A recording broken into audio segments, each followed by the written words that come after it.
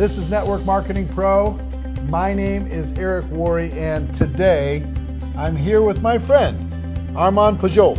How are you, Eric? How are you? Phenomenal. Thank you for coming to town. Super. Thank you for the invitation. I really do appreciate it. You drove over from Los Angeles? Definitely. Very nice. Anything for you guys. Very nice. I got an opportunity to meet this guy this last year. We've known of each other for some time, but finally got a chance to hang out a little bit, hear a little bit of his story, see what he's doing, and so we just decided, hey, we should have an interview.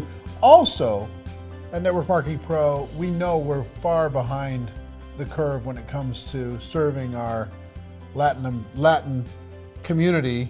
Definitely. Throughout North America, Central America, South America, we're not doing as good of a job as we need to do, and we have a big commitment to improve that over the course of this next year, and I think you can help us. Phenomenal. I would love to help to really do that. To do that. Why don't you talk, as we start, why don't you talk to people about, where'd you grow up? What's your story? Where'd you come from? Well, basically, I grew up with a single mom, right? And with dads on the weekend, type of deal, And one of the things that happened, especially with my life, is that I ended up going to his hot truck, lunch truck, or road coach, whatever you guys like to call it, and work with him. And I used to love that to do, just to... Where was this? It was in Los Angeles. Okay. So he was one of these original guys that was out there, cooking food for these companies out there.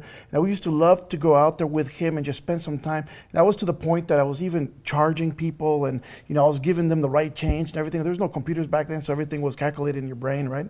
And I really loved the sense of business from that point. And I know a lot of people love baseball, a lot of people love football, and a lot of people love, all these sports out there. This is my sport, and when business, I figured that business was my sport, I just stuck to that really hard. Now, did you think that way through school also? When did you start doing this, to get this business mindset? How old were you? Look, during school, obviously I was living with my mom. She was not she didn't have that much money. I mean, we were going through homes. Sometimes we lost a home. Sometimes we were kicked out of an apartment. It was a very hard time. Sure. Definitely. And to help her, sometimes I used to go out there and try to find something to do. One of the things that I did was, I was that guy at the high school with, instead of a backpack full of, books, it was full of candy. And I was like hawking candy everywhere else, and I was selling it. And I was like, I think I was making more money than the drug dealers, right? But, so I started making a lot of money. People used to know me as, the guy who just always made some money here and there, and, had the car. And I started really growing in that area. So, when network marketing came to me, basically it was one of these situations. It was funny because somebody invited my mom to a home party. And when I showed up to this home party and I looked at all her friends buying this stuff, I was like, you know what? I need that stuff to sell it to them without knowing what network marketing was really. So what I did was this, I was looking for this company, I looked for the company, and then until I found this company, I figured out what the company was and basically got in, but and I want to retract a little bit. When people invite you to a company and they say you got to recruit you, to me, that was absurd at that time. I was like, what recruit? What do you mean, sponsor me? What? So to me, I was trying to find the wholesaler. And I was looking for that wholesaler until I found somebody who actually explained it to me. I got in. And so you're trying to get to the source. Exactly. You didn't want to have a middleman. No, I didn't want that middleman, right? So I got this product and I started selling it, but I basically did this. I never knew network marketing. I never did network marketing. As a matter of fact, this company was a step to learn what network marketing was for me, because what I did was I took this product and I hired. Now, I didn't recruit no one. I hired a lot of kids from my school with the school jerseys and the jackets and everything, and we went door to door. And basically, everybody thought we were selling chocolate or something for the school, but this product we were just hawking it every door. Everybody was buying something. So I kind of got to the top of the ranks there in sales. Not in the network marketing sense, but in the sales wise, and people were trying to figure out, how is he selling so much product? As a matter of fact, a lot of people at my age, because I was 16, people thought that maybe it was my mom selling the product, and they were usually using my social or something, to do the business. So when that happened, and I went to this regional event where they talked about, they would put me on stage and everything, it kind of had this one cold feeling where you know you didn't belong in that room, because everybody's looking at you like you're doing it wrong, but how you being successful, and I kind of got off the stage and just headed right out of the room. And I mean, I just went as far as I could, and just sat down. So you're just going on pure passion and hustle. Definitely. That's all I knew. You just said like, hey, this is a product, I can sell it. I'll come up with my own little plan to sell it. Yeah. Didn't even know that these people already had a structure. Definitely. No, I was building my own business. Right. Definitely. So you had a bit. They were just a product supplier for you. Yeah. Yeah. Definitely. Right. Definitely. So you're getting recognized for stuff you didn't even understand what you're getting recognized. Well, for. I didn't even know why I was there. And to get the reception. Was your mom involved? No, not at all. Oh, okay. Not at all. But every time, when I got onto the stage, right, and they were doing the recognition, and I'm telling them my story, how I did this. One of the things that I noticed is that I got this cold feeling from the room. They were like, oh, you're going door to door? Ooh. No, it was like deers and headlights, man. People were looking at me, and I says like, oh my God, this is not for me. So I was very upset at myself being on stage, and that to the point that, and I was very like angry or didn't feel welcome just in there. Yeah, so much. And I just, as soon as I finished, I just walked out and went right out of that room. And I went so far to sit down at this little coffee shop that was not even coffee; it was a coffee kiosk, right? And then I sat down at this table, and one of the gentlemen that was one of the husbands of one of the wives who really was the big ranks in that company walked up to me and said, you know what you're doing is all correct, but what you're missing out is residual income. And you need to learn a little thing. And so he started explaining to me all this stuff, and that's how network marketing started really clicking into my head and what it was. So he explained it to you, but you didn't turn it into the big money until later on in life. It took me a couple of years right after he told me that. It just clicked. I kind of turned it into, I went to a great company with him, and because I followed him. After that, I didn't want to do nothing with that other company because of the way I felt. And when I went with this gentleman, we went into another company that was launching, and we had very good success after that, about a few years there. Unfortunately, the government, deregulation happened, and we're forced to scatter and look for something else, unfortunately, at that time. But after that, we've had good success. And, I think I'm one of the lucky ones. And when I say luck, it's because I think I was put in the right place with the right people who taught me the right things, because I see a lot of network marketing right now, and a lot of people in network marketing that are just told the wrong deal, the wrong steps to take. They're coached wrong into building really good residual, real good income.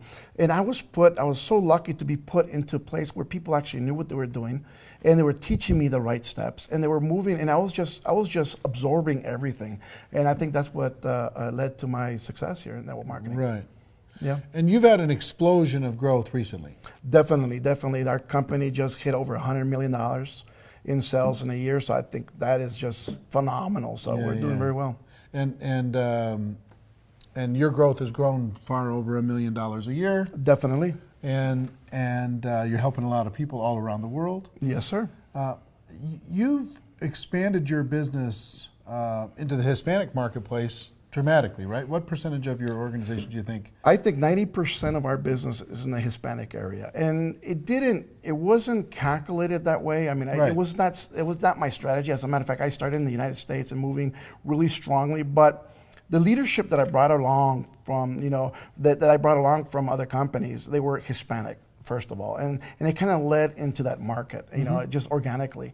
And it was pretty awesome when you walk into an area, and and not only that, I fell in love with the idea, because in the Hispanic market, this is what happens. In the English market, people have jobs, most of them, and where you're trying to give them their part-time job. So they never have enough time to do their part-time job, which is network marketing. So a lot of people are not that successful at it because of that. In the Hispanic area, if you get somebody to earn just $100, that's more than most of their paychecks. And it depends on which country, right? Definitely, it depends on what countries. But some countries, some of their paychecks are within $50 to $200, a month. Yeah. It all depends on where. So if you're getting them to make $100 a week, they're full time. And they're full time. I mean, they're really pushing. They're really pushing hard. So I mean, I got all these people that are really. I mean, they're hardcore, and they're MLM on spirit, and they're learning. They're picking up the books. I mean, they're doing everything as possible to really convert to what network marketing is around the world. So, what do you think? What other differences are there? between the Hispanic marketplace and the English marketplace? I think in the Hispanic market, a lot of people, the difference between Hispanics, in my perspective, is that they're all hearts. I mean, they're in it for for the love. They're in it to not only for what their wealth can change. Obviously, everybody's in for their wealth or whatever they can do, but they're in it to help their fellow man. They're really there to, they see somebody, they have a passion for what they're doing, and it's just phenomenal the way you see people work. In the English market, everybody is very, I think that everybody's been burnt a lot in the English market. A little more cynical. So a lot of people are more, they're more passive. They start thinking a little bit more. Is this true? Can this be right? Can this work? And they want to see it work before they jump in. And it's a totally different attitude to that. Where in the Hispanic market, where you say, look, can you sell this one item? Yes. You sold it? All right. You made this much money. Wow, I'm in. And that's it. And that's all people need to know. I mean, they really don't have to teach them binaries or unilevels or matrices. Stuff, yeah. No, they're just like, well, how much do I make selling the stuff? And from there we can teach them the rest. It comes from product passion 1, definitely, and selling 2, definitely. And then growing the network. Well, I have a recruiting 5 steps that I show people how to do, and this is the way I teach people. Is basically, I said, number 1, you need to have product with you. Number 2, you need a prospect. And when I talk about prospecting, you got to go find people to tell you no. You got to find people all around the world to, it doesn't matter who you're talking to, but you got to move some product. And then number 3, you got to follow up with these people. After you start following up with the people, you figure out where they're at, and then you start sorting them, which is number 4. What I mean by sorting is, who's a customer, who's a distributor? Not everybody's going to be a distributor. And if we have that mentality where we says, look, less than 5% of the people you're going to touch are going to be distributors. And if you can get into the mindset of these people, and if you can really learn how to sort these people out, you're going to be rich. It's just that simple. So I tell people, look, if you start sorting, just sorting alone, if you figure out which one's a customer, keep them as a customer. Don't force them into the business. I'd rather have a happy customer buying you every month product than having this really frustrated person because he can't make any money. And then hold the distributor that when kind of now sort them again, because now I'm going to sort these distributors out, where I'm going to sort them. Do they want to make $100 a month? Or do they want to make, let's just say, $100 a week or $500 a week? Or I want to put them in the bunch that wants to make, I want to sort them in, and I'm going to put them into groups of people where their income goal is at. For instance, if they want to make $500, I'll put them into that group. Work with these people because they're going to work at the same speed. You want to make $1 million? I'll put you with these people because they're going for it. They're working 24/7. That's what they want to do. I don't want to feel like you're being tugged. I don't want to feel like you're being pushed. I want you to be happy. I want to be content, because the more people are content in this business, they're not feeling like it's another job. Guess what? They stay involved, and the more they stay involved, the bigger you grow. Give me the 5 again. The 5 is basically product. You need to have product, no matter what product you sell. Number 2, you got to be prospecting. Number 3, you got to follow up with people. Number 4, you got to follow. You got to sort through people. And number 5, you got to duplicate. And what I mean by duplicate out is that you got to get to the events. You got to make sure these people are showing up. They're learning everything else. They're learning the comp plan. They're learning, the system. They're learning to make sure they get to the conventions. They get to the anywhere where anybody's huddling at. They got to be there. And the more people you teach to put people together, guess what? The more you fly. Yeah. Yeah. So, talk to me about, how many people do you have in your group now, approximately? Right now, we're over 500,000. 500,000 people on your team. Definitely. Right. Okay. So a big group. Yeah. So what are some of the strategies that you've used outside of the 5? Okay, I know the 5 are central. Yes. What are the strategies that you've used to grow a team of that size? Well, it's basically finding leadership. I think that's the big key of finding people who are willing to stand in front of the room, willing to really, control, and just showing leadership how to control larger groups, how to control groups that are, 20 plus people or, 100 people together, and how to put them together, how to make them work together. And once we start finding these key leaders, then from there we start finding the B-class leaders, the people that just want to move 10, 20 people. So of that leadership group, out of 500,000, how many leaders do you think you have? I think we have top level. The top level leadership. I think we have over 200 right now. So let's say 200 people can influence 500,000. Definitely so. Okay, so you don't have to influence all 500,000. You just No. have to be connected with those 200. Well, they So you're going to be sorting through all those people to see who identifies himself, who wants to step forward and be a strong leader. Definitely. Then work with those people, develop their skills, and then you say you start looking for the second level leader to see if you can, who's in the farm team that you can bring up. Definitely. It's almost, we kind of move it like a ball club. And it's kind of use that type of style. You know, we bring up the key leaders, the people The who are 200, really, those are the pros. the ones who want it, and you can see it in their eyes. You can see the saliva coming out of their mouth. You know, they're hungry for it. And what I mean by hungry for it is that they're willing to do the work that needs to be done. One of the worst concepts about network marketing is that it's no work. And it's a shame because it really destroys a lot of views of a lot of people around the world, because a lot of people get told you don't need to recruit anybody, or you don't need to sell, and that's another one, or you don't need to do this or do that. And if we just told people right on, guess what? If you have to build, you want to build $1 million a year in your group, you got to get to work. You got to really Work's push not a people. bad thing. No, and you got to really. Easy. You got to forget You about gotta sell sleeping. some stuff. Definitely, yeah. You got to move as much product along as you can. And one of the key factors in network marketing that people don't understand also is that people avoid the sales part. And I think that's a major part, because Why are people so afraid of selling? you know, I Or think they're like, no, this isn't selling, it's sharing. because everybody It's has a still bad selling, come on. concept, I think, of becoming a salesman. And I tell people, look, I don't care if you're recruiting, if you're trying to sell them the big pack or the small pack in your company, you're selling it. Of course. And if you don't learn You're these, selling your kids on eating their vegetables. You're Definitely. You're selling somebody to brush their teeth. I mean, definitely, everything's about sales. Yeah. So the more we teach people and how to really close people with these sales, the better they're going to get. right. And that's basically the teachings that we try to teach all the distributors and the leadership every single day, is that, guess what? Focus on growing your business.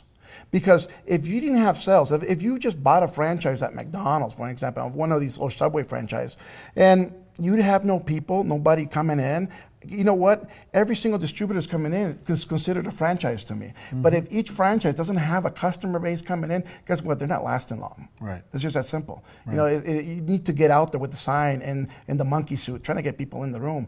But as much as you have to do that. How do you stay in communication with such a large group? I try to focus in the leadership only. I try to focus in really. So it's still back to those 200. Definitely. I try to connect with everybody using Facebook, one great example. I try to focus with everybody using a webinar and a week, but yet really the strong focus is touching the main core of leadership. And if we can touch the main core, guess what? And they can spread the news very quickly, we're done. How do you stay in communication and keep all those 200 people on the same page? Well, what we do is basically, have these webinars where we sit people down and we tell them what the focus is on, and we make them part of the deal. We make them part of the, it's not just my idea. Exactly. It's not Armand's idea what we're going to do. So what do you think we should be doing? And we get everybody involved in this. It's almost like a boardroom.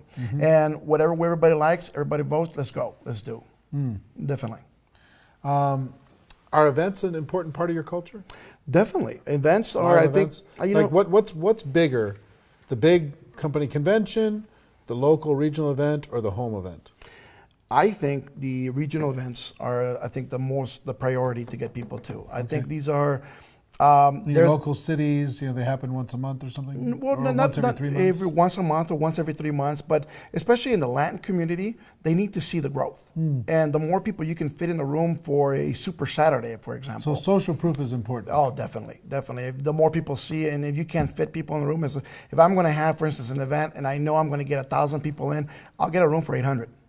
I want people waiting outside and not being able to come in. If I know I can get 2,000 people in the room, I'll definitely have a room for 1,500 because I want people to be sitting outside saying I couldn't fit. And to me, that news of that says my God, we couldn't fit people in the room. They were standing. It was hot. I mean, it was the AC couldn't keep up with as many people that are here. Everybody was jumping up and down. Guess what? That's what it's about. It spreads the word. Oh yeah, it spreads it very quickly. So you think that's probably the biggest, and then after that, company convention. The convention.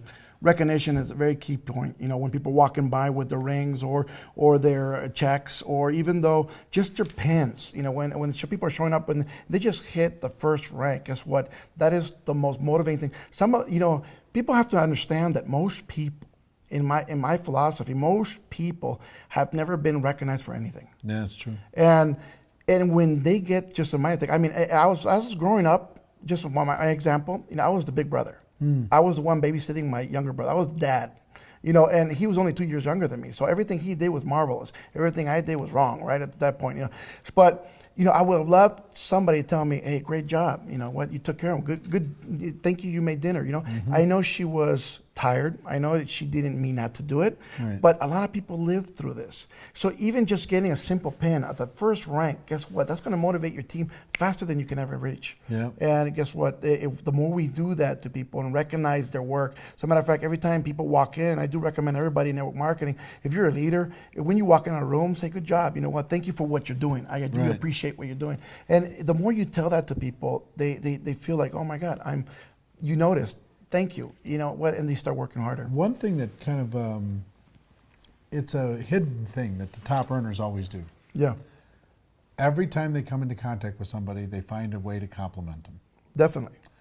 Their top earners are complimenting machines. You have to be. They're like, "Oh wow, look at those shoes. Hey, look at that smile. Hey, this guy's a star. Man, the energy's unbelievable." Whatever it happens to be, the first thing comes out of their mouth to prospects is a Yeah. compliment. Definitely. And it's sincere. It's not just a flattery thing.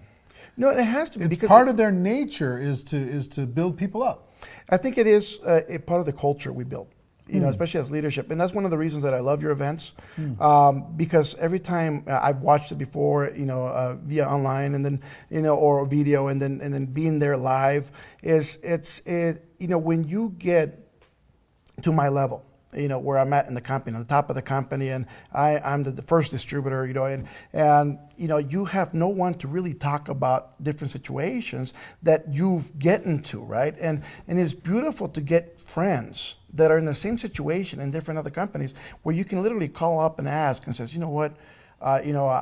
What happened when you reached this and this happened to you, or what this issue happened with your distributors, and what you know, when you have that kind of base, also." That's phenomenal. That's why I really support what you're doing, because I think a lot of people need to see that it's not about the companies. You know, this is an industry, Right. and the industry is about people, Yeah. and that's what we need to show. Recognition, support, complimenting, having each other's back, the camaraderie, Definitely. the personal. How important is personal growth?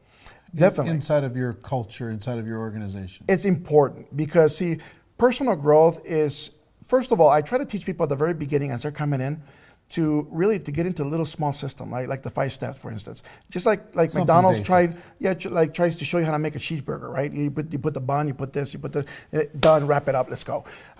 So they know what they're doing right away. After that, you try to get them to learn a little bit better. Most of these people, especially in the Latin community, or even here in the United States, a lot of people have not had the schooling. Even just a regular schooling, you know, most of them have not even graduated high school, and now you bring them in and you show them these steps. They're hungry to learn. And a lot of these guys, especially in Latin America, they didn't go to school because they weren't smart. They didn't go to school because they couldn't afford it. Well, they had to work or they had to do something else, but everybody was hungry to learn something. And if you can teach them the art of what is self-development, man, it's just a change in the world for them. Yeah. And some people, and I believe this, people are in network marketing. If they're not here for the money, which is the minimal part, unbelievable, you know, most people are here for the self-development because they know what they're going to learn. They feel good. It's almost like going to church every week, you know, and they sit there. They're growing. They're growing. They And clap. this is an environment. I've got lots of friends that they got involved in network marketing just to get around a positive group of people. Yeah, definitely. Just to change the people they're hanging out with. Instead of a negative environment, they're in a positive one, and everything Yeah. else is a bonus. You know, one of the times that I was, I stepped away from network marketing for a short period of time, and I didn't want to go back into network marketing. But what drew me back was being with the people, stepping in, The camaraderie. I just had to go back in front of the room. So I loved, spending nights, on Thursdays, Tuesdays. Some people don't understand this, but network marketing is not about the product. to me, the network marketing is not about the money to me. It's about the people. And when you're with people, then you see them change. You see them smile. You see them thanking you. You know what? To me, that feels, and that's what it's about. It's about feeling. It's, you know, it's not even about the money no more. It's about how many people we can change. You know, if I had to pass away, you know, if for God forbid that something happened to me on the road, right? I don't want my legacy to be how much money I made in network marketing, because I know, you know, if somebody says, hey, this guy made 10 million, 12 million, 13 million, 14 million a year, guess what? It's chump change compared to what Bill Gates is doing. You know, so you're down there. But if we can show that your legacy is going to be how many people we can help and how many people we can change their lives. And I'm not talking about making them millionaires. It's just paying their bills, making sure they can put food on the table for their kids, making sure they can do something more in their lives. We're done. I mean, that's what I want. And that's what I want to be recognized as the person who changed the most lives in this world. And that's where we're at. I mean, my wife laughs at me and says, you know what, you think you're Mother Teresa of network marketing? I goes, no, but you know what, I have a calling for this. And I think that's what we're at for, and that's what we're pushing for. So, I mean, that's one of the big reasons we're going to bring a huge group now from this period on to the Network Marketing Pro events. You know, and I'm going to I'm going to fill the rooms, and the reason is that people have to see that part.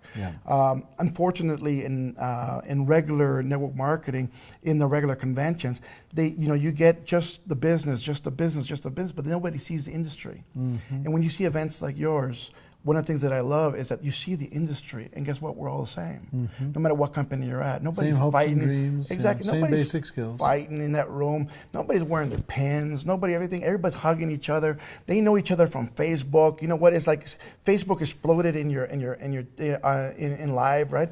And when you're sitting there and you're hugging, you're taking these shots, and and you're loving it. I have friends from all parts of the world in different companies, and when you can really do that without having the fear that, hey, you know what, if I take a picture with Eric Worre, am I going to have my check cut? Right. You know what, that's not what it should be. It should be the industry, and the industry as a whole. Right. That's it.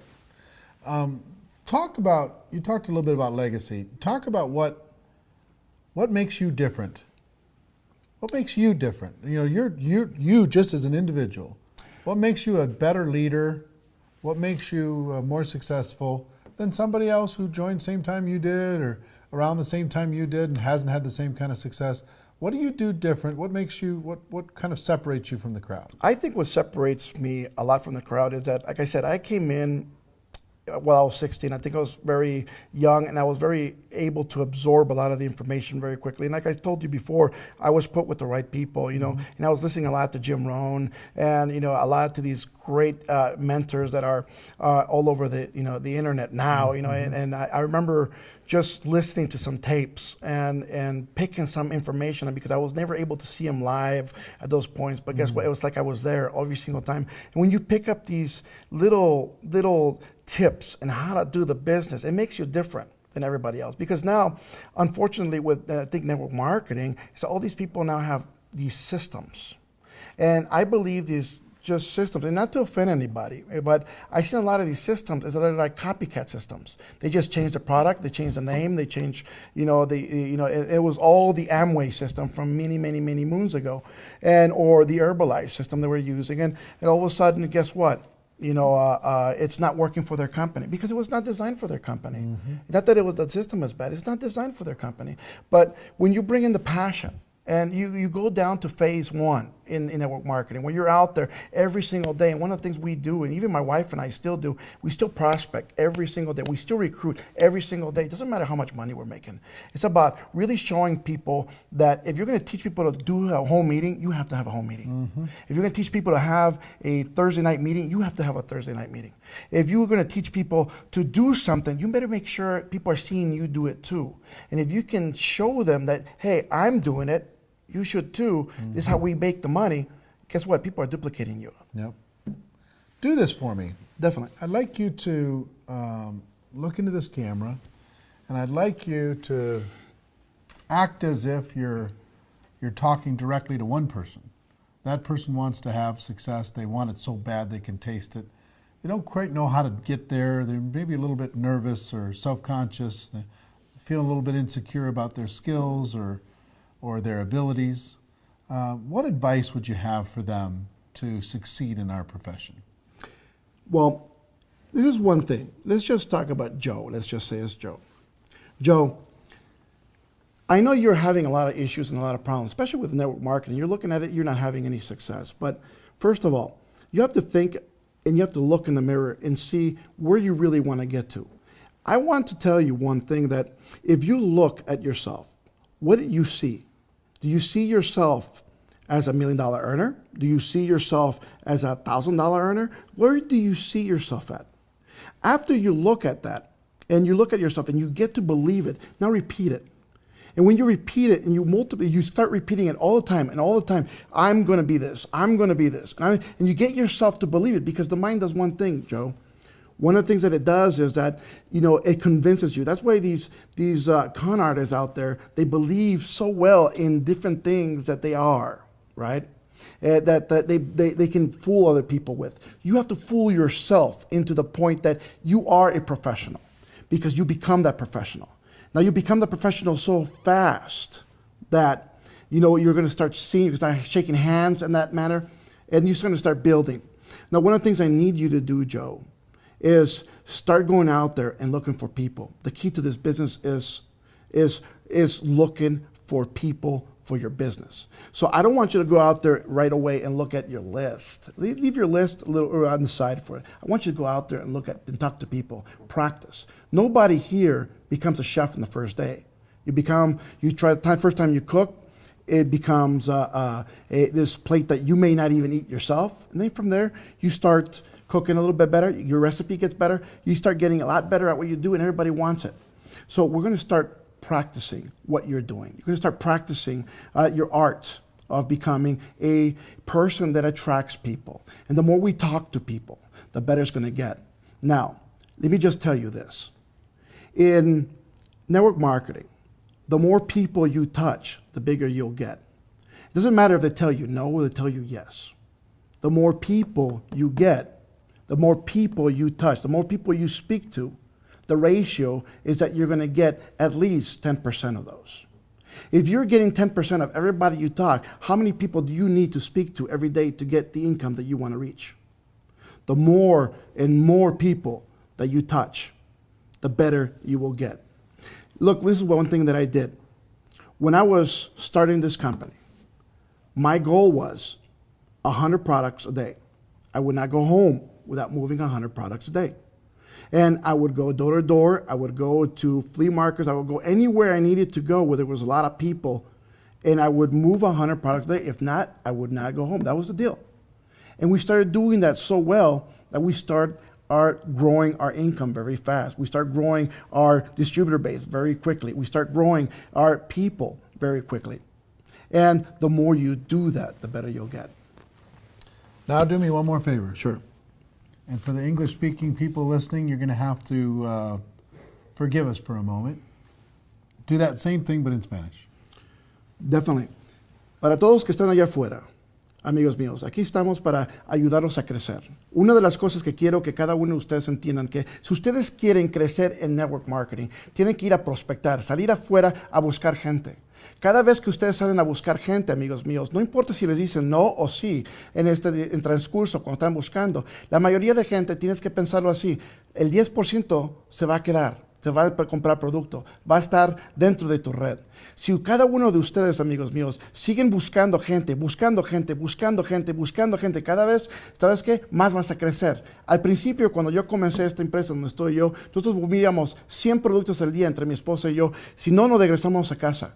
100 productos al día, 100 productos al día, 100 productos al día. Ese es el método donde agarramos una base de clientes, una base de distribuidores, una base de muchas cosas. Y una de las cosas, amigos míos, que quiero que ustedes no reconozcan, es que lo más que con la gente que tú hables, lo más que vas a crecer. Entonces, depende en ti cuánto quieres crecer tú. ¿Estás listo para hacer algo grande? Prospecta, prospecta, prospecta. ¿Te gusta la idea? You said that faster. I'm very good at Spanish now.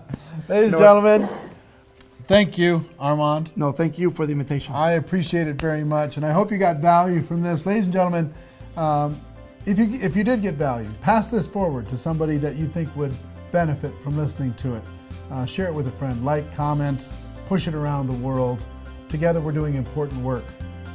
Ladies and gentlemen, our wish for all of you is that you do decide to become a network marketing professional, that you decide to go pro, because it is a stone cold fact that we do have a better way. Now let's go tell the world. Everyone have an amazing day, and we'll see you next time. Take care, bye-bye.